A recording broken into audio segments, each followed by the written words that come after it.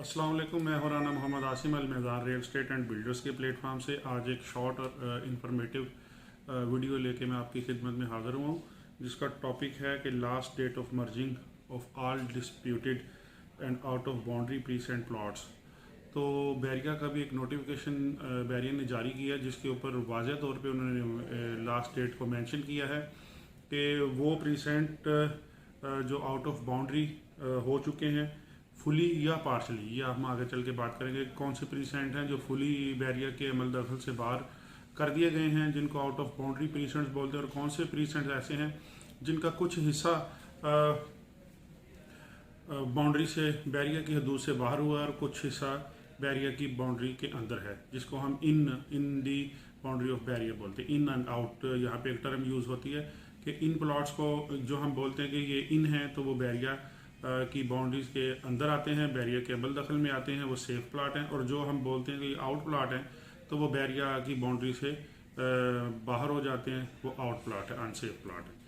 तो last date मैं बता दूं कि 31 मार्च 2022 बैरिया की full and final and dead last date है कि इसके बाद बैरिया ने मर्जिंग किसी की हर ऐसे प्रीसेंट, हर ऐसे प्लाट की मर्जिंग बैरिया ने बंद कर देनी है जो कि आउट ऑफ बाउंड्री है, चाहे वो पार्शली किसी प्रीसेंट के हों चाहे फुली हो।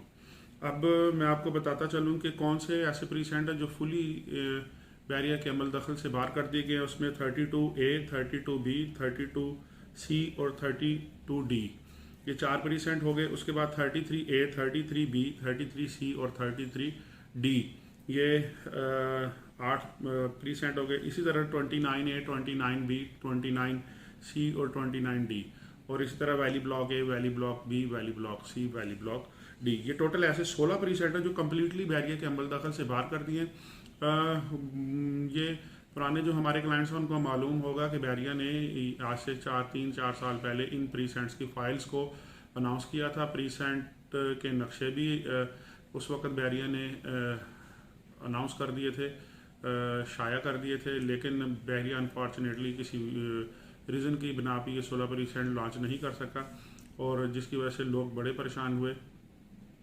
तो फॉर टाइम बिंग बैरिया ने इसकी हल ये निकाला कि या तो आप इसको मर्ज करवा लें किसी प्राइवेट कमर्शियल में, वो भी आगे चल के बात करते हैं कि हमें कहाँ ऐसे प्लाट्स को मर्ज करवाना चाहिए, या फिर बैरिया ने एक और हल निकाला कि ऐसे क्लाइंट जो फैक्ट्रीज हैं, इन ऐसे क्लाइंट जिनके पास ये फाइलें थी उनको फैक्ट्रीज क्लाइंट्स बोला जाता था, तो उनको बैरिया ने रिफंडिंग किया कि आप ये फाइलें हमें दे दें, वापस दे दें, और हमसे जितने आपने अमाउंट पे की है तो आप उतनी अमाउंट हमसे बाय चेक ले लें। बहुत सारे क्लाइंट्स को चेक मिले भी, बहुत सारे क्लाइंट्स के चेक के बाउंस बैक भी हुए, और बहुत सारे क्लाइंट्स अभी तक लटके हुए हैं ना। उनको उन्होंने अपनी फाइल्स तो बैरिया को हैंड ओवर कर दिए, लेकिन अभी तक चेक नहीं मिल रहे। वो क्या रीज़न है वो बैरिया ही बेहतर जानता है।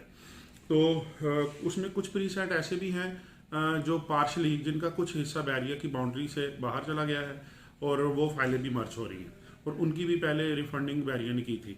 अब उसमें प्रीसेंट 33 प्रीसेंट 40 का कुछ हिस्सा आउट ऑफ बाउंड्री हो गया, 41 प्रीसेंट 42, 43, 44 और 45, इस तरह के 5-7 प्रीसेंट है जिनका पार्शली हिस्सा बैरिया से बाहर हो गया। तो ऐसे क्लाइंट्स जिनका इन प्रीसेंट या फुली जो आउट ऑफ बाउंड्री उनमें फाइल्स उनके पास हैं, तो उनके लिए लास्ट एंड फाइनल चांस है, 7-8 दिन पड़े हुए हैं कि वो अपनी फाइल्स को मर्ज करवा लें और टेंशन से बच जाए।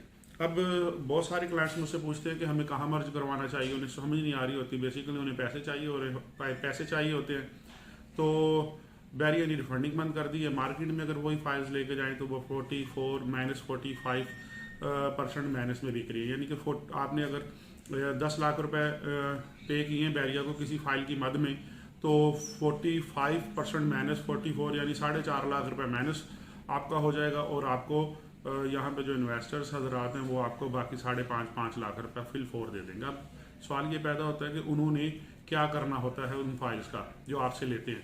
तो बेसिकली उन्होंने भी मोस्टली ज़्यादा जो परसेंटेज उनमें से है, तो वो ऐसे लोगों को फ़रोख्त करते हैं जिन्होंने किसी कमर्शियल शॉप्स में, कमर्शियल ऑफिस में, या 1 बेड 2 बेड प्राइवेट प्रोजेक्ट के 1 बेड 2 बेड में मर्ज करवानी होती है, तो उनको अच्छे दामों में फ़रोख्त करते हैं। यानी कि आपसे 5 लाख रुपए की फ़ाइल ले ली, 10 लाख अगर आपने पे किया हुआ है तो वो 5.5-6 लाख रुपए की उन लोगों को ये फ़ाइल सेल करते हैं जिन्होंने मर्ज करवानी है, और मर्जिंग 100% होती है, तो उनका भी फ़ायदा होता है और यहाँ पे इन्वेस्टर का भी फ़ायदा होता है। तो मैं क्लाइंट्स को डायरेक्टली बोलता हूँ, और पिछले 4-4.5 साल से मैं यही बोलता आ रहा हूँ कि आप बजाय कि इन्वेस्टर को माइनस पे सेल करके लॉस गेन करें, तो उस लॉस से बचें। आप खुद क्यों नहीं मर्ज करवाते, खुद मर्ज करवाएं और वो जो आपका लॉस है उससे बचे।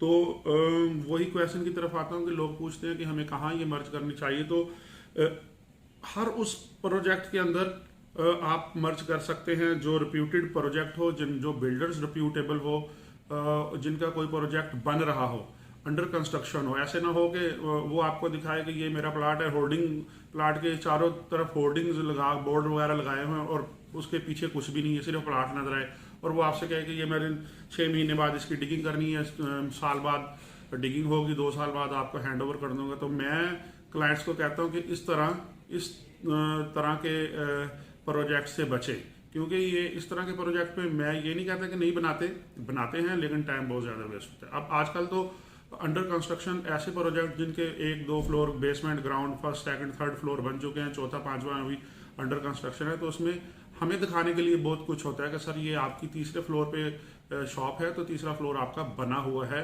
आप अपनी शॉप को ग्रे स्ट्रक्चर में देख सकते हैं। तो इस तरह एक तरह पहले क्लाइंट परेशान होता है, फिर जब हम उसे अंडर कंस्ट्रक्शन उसकी दुकान या उसका फ्लोर दिखाते हैं तो उसे एक थोड़ी सी तसल्ली होती है कि चलो यार मैं पहले फंसा हूँ, तो अब ज़रा मेरे लिए इजी है कि मैं दोबारा नहीं फंसने जा रहा, तो मैं जिस प्रोजेक्ट में शॉप ले रहा हूँ वो बन रहा है, उसे तसल्ली हो जाती है। ये नहीं है कि हम उसको सिर्फ फ्लैट एक प्लॉट दिखा के ये कहते हैं जी 2 साल बाद, 3 साल बाद या 6 महीने बाद इसकी यहाँ पे डिगिंग होगी, फिर आगे काम चलेगा। तो वो पहले ही बेचारा मरा हुआ है, बैरिया की तरफ से वो पहले ही परेशान है, वो प्लाट आउट ऑफ बाउंड्री चला गया, अब उसको और परेशान करने की कोई ज़रूरत नहीं है, और यहाँ पे ऐसे होता भी है। तो any reputed project which is under construction और उसके 2-3 फ्लोर बने हो और काम हो रहा हो, ये ना हो कि काम भी रुका हुआ हो, आप ये पहले चीज़ें देखें। जब भी आप मर्जिंग करवाने आए तो पहले प्रोजेक्ट को लाजमी देखें, और अगर कोई डीलर आपको कहता है कि सर जी प्रोजेक्ट मैं आपको बाद में दिखा दूंगा, तो समझ लें कि कोई गेड़ा है या कोई आपसे वो 2 नंबरी कर रहा है या आपको फिर वो धोखे में रखना चाह रहा है। तो अब टाइम है कि धोखे से निकले। पहले बहुत टाइम इसी तरह के धोखे में लोगों ने ज़ाया कर दिया। अब चीज़ों को देखें, परखें, और उसके बाद दिल मुतमईन हो तो मर्ज करवाएं, और उसके बाद डीलर की रिप्यूट भी देखें, कि बिल्डर्स की रिप्यूट भी देखें कि जिस बिल्डर के प्रोजेक्ट में आप करवा रहे हैं तो उसका बैकग्राउंड क्या है। ऐसे नहीं है कि वो पहली दफ़ा बैरिया में काम कर रहा है, पहली दफ़ा बना रहा है, ये भी रिस्की है। अब अगर वो पहली दफ़ा बना रहा है बैरिया टाउन कराची में, तो ये भी देखें कि वो बैरिया टाउन लाहौर, इस्लामाबाद या बैरिया टाउन पिंडी में भी कोई प्रोजेक्ट बना चुका है। अगर बना चुका है तो उसकी वो कितनी कह सकते हैं कि कितने % उसका प्रोजेक्ट चल रहा है, कितने % सक्सेस है। अगर वो बैरिया में पहली दफ़ा बना रहा है तो फिर थोड़ा सा उसे इज्तनाब करें, क्योंकि अभी उसे उठने में टाइम लगेगा, उसको बूस्ट अप होने में टाइम लगेगा। तो ऐसे बिल्डर जिनका पहले 2-3 प्रोजेक्ट बन चुके हैं, ये अंडर कंस्ट्रक्शन है या इन्होंने हैंड ओवर कर दिए हैं, तो इस तरह के बिल्डर्स के साथ आप काम करें ताकि आपको टाइमली वो चीज़ें डिलीवर करें। तो अपनी फाइल्स उन हजरात के लिए मेरी आज की वीडियो थी जिनकी फाइल्स आउट ऑफ बाउंड्री हो चुकी है और वो परेशान है। तो उस परेशानी से बचने के लिए आप स्क्रीन पे दिए गए नंबर्स पे रब्ता कर सकते हैं। हमारी टीम आपको बिल्कुल इंफॉर्मेशन देने के लिए हर वक्त रेडी है। अपना ख्याल रखिएगा। बहुत बहुत शुक्रिया। अल्लाह हाफिज़।